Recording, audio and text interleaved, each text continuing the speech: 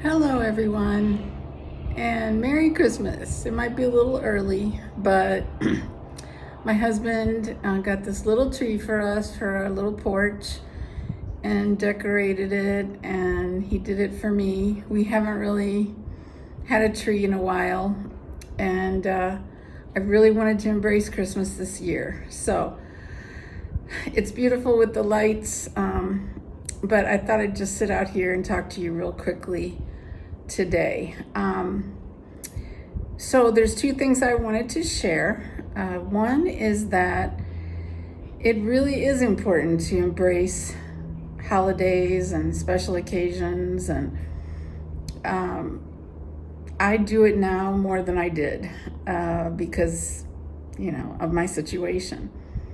And it gives me peace and it gives me joy, and I'm making memories, and my husband is partnering with me on this, and it's wonderful. So we just had a nice weekend where he put up not a lot, that's a lie, a few decorations out front of our condo, and then a few in the house. But this tree, especially when it's lit up at night, is just gorgeous. So I believe that it is helping me mentally to stay focused on the season and to bring joy and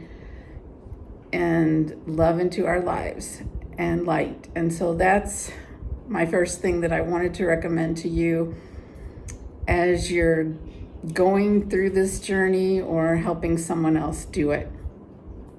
Okay. And the second thing I wanted to say is that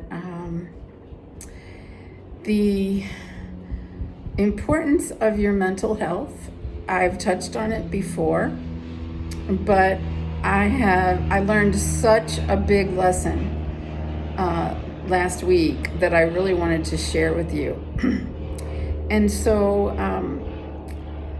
I think I've told you before that we had such a horrible experience with our homeowners association, and the board has absolutely no compassion for what we're going through and our financial difficulties. And I learned that we're in a community of people that are much wealthier than we are. We've always lived a very comfortable life, but we don't have a ton of money just sitting around. But we're surrounded by people who apparently do. And so after the hurricane, when they were asked to pay $15,000 in one lump sum to get the condos re-roofed, I don't think they were happy about it, but they easily did it. And it put us in a tizzy because we couldn't do that. And no matter how hard I tried to explain to them what a hardship that was, they didn't care. And so I literally have been struggling with this for about 9 months, which is not good for my health, because you know that stress is bad for you. And after all, stress may be why I even got pancreatic cancer, because I was in a very, very stressful job for many years. And who knows? That could be the reason why I got it. But I don't want to continue that cycle. And oh my goodness, I've tried everything to get these people to listen to me, and they just wouldn't. And all we wanted, just so you know, all we wanted was for them to reduce the monthly payment by $200.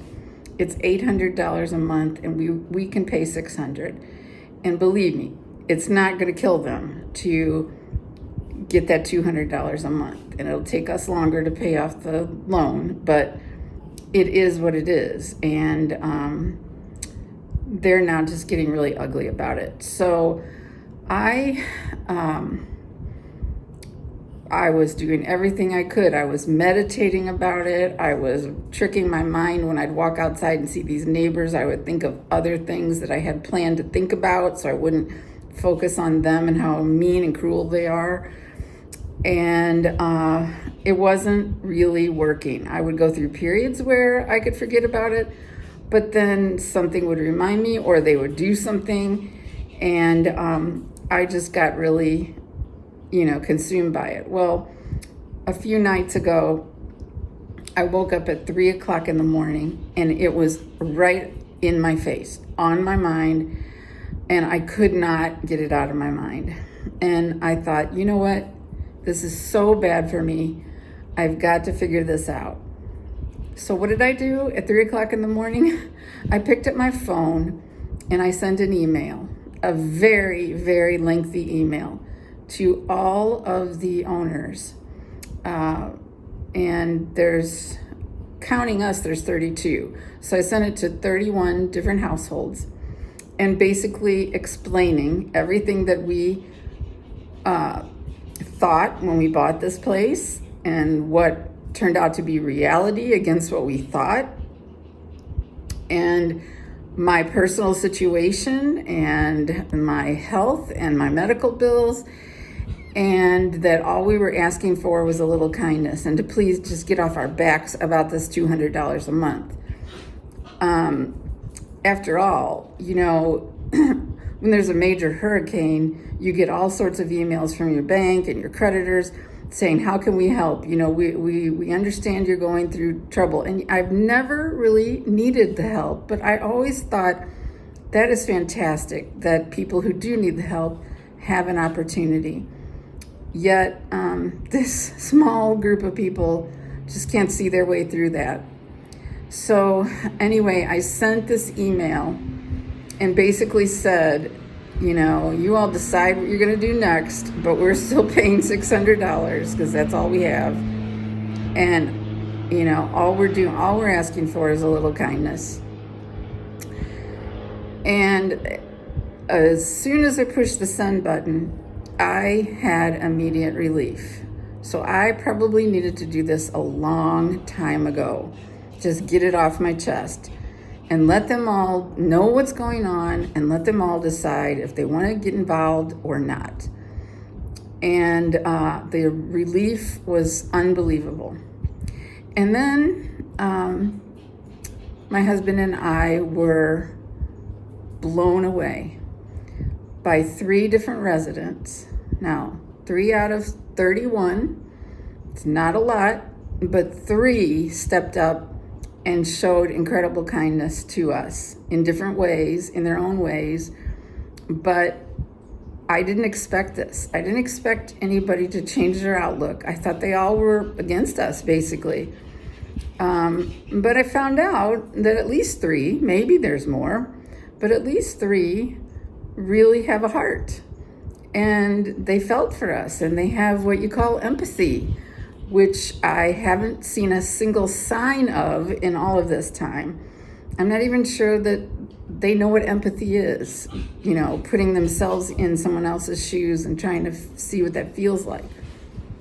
But anyway, now I can go out front and I can see the community, and instead of focusing on how heartless and cold I think they all are, I now have 3 families that I can focus on instead, and their kindness and their love and their willingness to step up to the plate and try to help us in some way. So I am so grateful to them, and that has helped my mental health beyond. And I really wish that I would have done it much sooner. So that's my advice to you. Under these circumstances, you cannot let stress impact your health. You're already ill. You don't need to add to it. And you've got to learn how to manage it. And no matter how hard I tried, I kept failing. But then I finally figured it out. And I feel like this one's going to stick. So I really wanted to share that with you. I hope that you're not under any additional stress like we are. But if you are, please try to find a way to hit it head on and manage it quickly so that it doesn't make your situation with your health even worse. Okay, so that's really all I wanted to share with you today. It's a beautiful sunny day in Southwest Florida. And my husband is on his way home from work, and my little dog is getting very impatient because he can't wait for his daddy to come home. So anyway, it's that time of day for us. But I wanted to let you know that there's love and support out there. You just have to, you can't give up. You have to keep trying to find it. And if you find it, it's going to give you the biggest rewards you could ever imagine in terms of how you can look at other people and how you can feel in your heart. Okay, that's all. Have a great evening. I'll talk to you again soon. Bye-bye.